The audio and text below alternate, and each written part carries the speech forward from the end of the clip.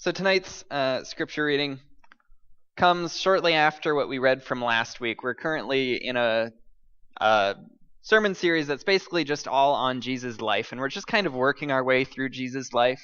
And so last week we talked about the birth narrative, and so now we get to hear basically about the only story of Jesus before he turns 30 and enters into the public ministry.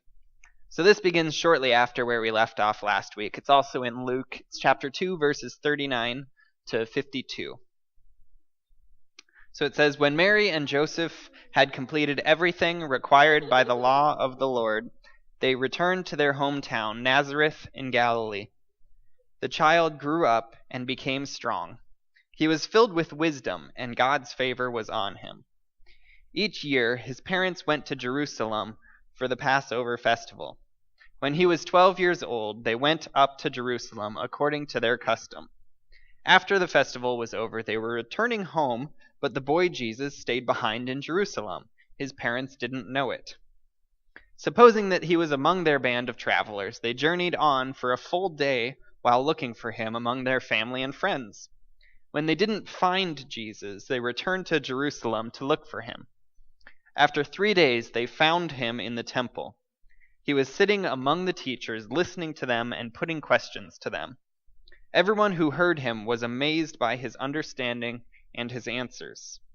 When his parents saw him, they were shocked. His mother said, 'Child, why have you treated us like this? Listen, your father and I have been worried. We've been looking for you.' Jesus replied, 'Why were you looking for me? Didn't you know that it was necessary for me to be in my Father's house?' But they didn't understand what he said to them. Jesus went down to Nazareth with them and was obedient to them. His mother cherished every word in her heart. Jesus matured in wisdom and years and in favor with God and with people."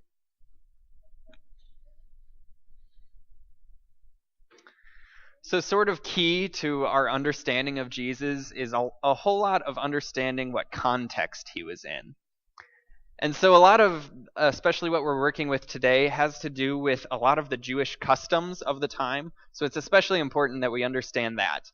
So first of all, we understand from just that little bit of reading that Jesus' family was very devout. They were wonderful, faithful Jewish people of the time.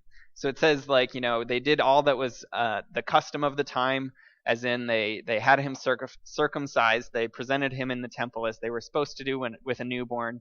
And then, of course, we get into this story, and they're actually traveling from Nazareth to Jerusalem. That's about a 3-day travel by foot at the time. And so this was for the Passover festival that happened once a year. And of course, if you have to travel for 3 days on foot, this just continues to show how devoted they were and how devout they were to their Jewish customs. So this is a very, very devout family. And so outside of this, to understand Jesus' life, since this is truly about the only story we have for Jesus growing up, we actually have to look to some outside of the Bible sources to sort of figure out what it would have been like at this time. So there's one main writing that we can get some stuff from. It's called the Mishnah. It was actually one of the things that they studied a lot at this time. It was sort of the oral teachings alongside the Bible that the Jewish people had, and that people still study it a lot. It's just considered one of those very authoritative books, authoritative writings, but it's of course not considered scripture necessarily. But for us, it definitely serves as a very good historical perspective. So one of the selections from the Mishnah describes what it would have been like for a Jewish boy growing up during this time. I should say specifically during this time, because key to understanding Jesus was also that there's kind of a debate, honestly, still between some people whether Jesus actually, followed his father's carpentry trade, or if he was a bona fide priest or what's the word I'm going for? Rabbi. Sorry, just totally spaced it. Anyways, but at this time, it's understood that being a rabbi wasn't actually a profession yet. It's just something you went into after you had completed all sorts of trainings, including a trade. So it kind of alters our understanding of Jesus. But so the Mishnah says kind of what it's like to be a Jewish boy and what the accepted customs were at the time. So it says at 5 years old, one is fit for the scripture. So this means that at 5 years old, a child would begin studying scripture, and this would have been in depth. These were intense studies, especially because even in these devout Jewish towns, because these were communities of people, they were lucky if they had one set of scrolls that were the Torah. So this would have been the first 5 books of what we would call the Bible. So instead of actually reading from some sort of written word to study the scripture, they would learn it by oral recitation is the word I'm going for. And so you would actually walk by these Jewish schools, and they called it the chirping of children, because it was just simply hearing these kids reciting scripture repeatedly. And so they had all of the scripture memorized if they were a good student. All of the what we would call the Old Testament completely memorized, word for word. It was amazing. And so then after this, so at 5 years old, one begins this study of the scripture. At 10 years old, the Mishnah, so that's what this actually is coming from, which is the oral Torah and the interpretations. So it's just extra interpretations outside of the scripture. And at 13, for the fulfilling of the commandments. And so this means simply that at 13, a child would become basically accountable for their actions. I mean, that's kind of their age of coming of age for one. And also this is where it's understood that they would have understood scripture a fair bit, and so therefore they could follow the commandments at this point. So we'll talk about that a little bit more, because the story we talked about was Jesus when he was 12, not quite 13. And so then at 15, the Talmud, which is another one of those rabbinic interpretation books. And at 18, the bride chamber, so this would have been when a Jewish boy would have gotten married. At 20, pursuing a vocation. So this would have been usually where a boy would start entering into their father's trade. And at 30, for authority, aka being able to teach others in whatever vocation they had, or in the Jewish customs of the time, aka being sort of a rabbi, being a teacher of some sort. So it was only once they turned 30 that they were fit to actually go out and have their sort of teachings, which actually lines up really well, which is one of the reasons this source is thought of being as so authoritative, because Jesus does not go out to teach until he turns 30. Look at that. So that actually lines up really well. And so, okay, a lot of information, a lot of context. But all of this is to say it was at the age of 12 that we get this story of Jesus kind of running away from his parents when they're visiting Jerusalem for the Passover meal. And he goes to the temple, and he's talking with the teachers, and he's putting questions to them, and he's answering questions as well. So it's kind of a back and forth conversation. And this was actually, we get from other sources, this was actually fairly common, and for many it was expected that a 12-year-old boy needed to be tested by the teachers to see if by the time he turned 13, if he could fulfill the commandments.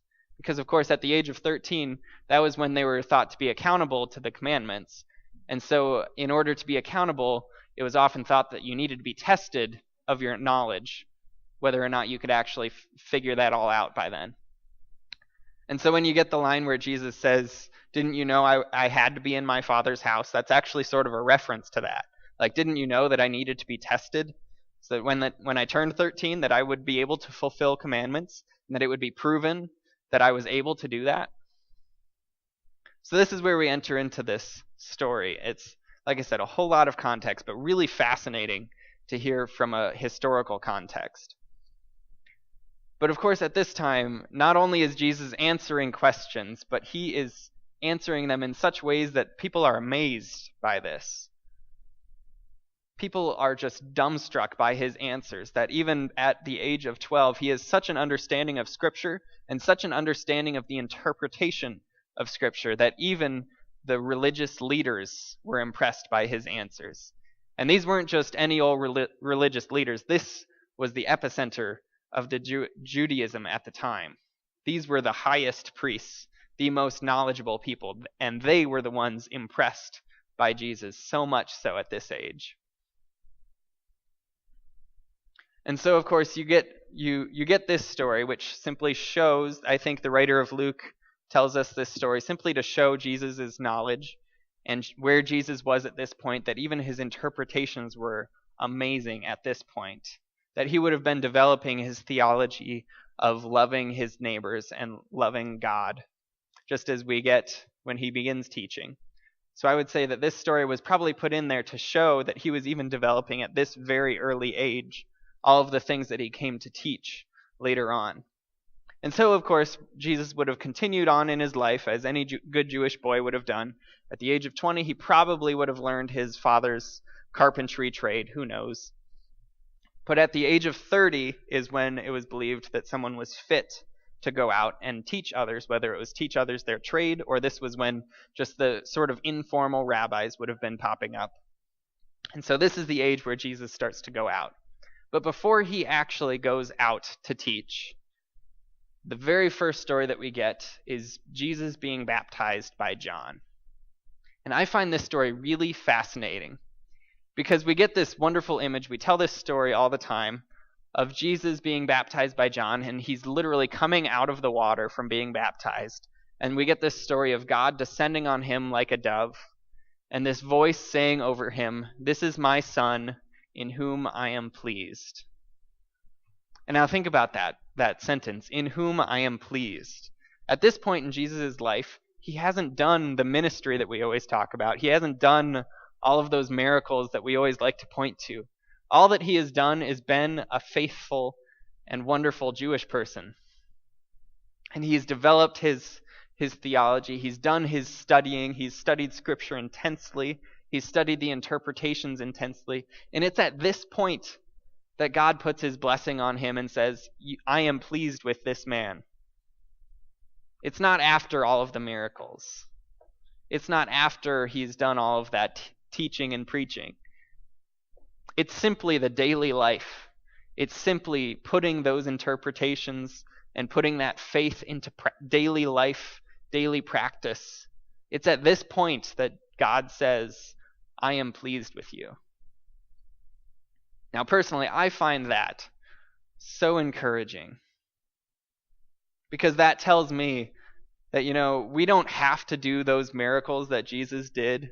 We don't even have to have this amazing, huge ministry. We don't have to go around teaching and telling everybody about what we believe. We don't have to do all of those crazy things for God to be pleased with us. All we really need to do for God to be truly pleased with us, for God to bless us like he blessed Jesus, is to have faith, to study Scripture, to study those interpretations and put that into practice in your daily life. You can be a carpenter and put that into practice. Put your faith into practice. And that is the point that God is pleased with us. I find that so encouraging because, of course, I don't feel like I can go out and, heal lepers and cleanse people of demons and do all that kind of stuff. I don't even think that I can have this miraculous, huge ministry of just teaching and preaching.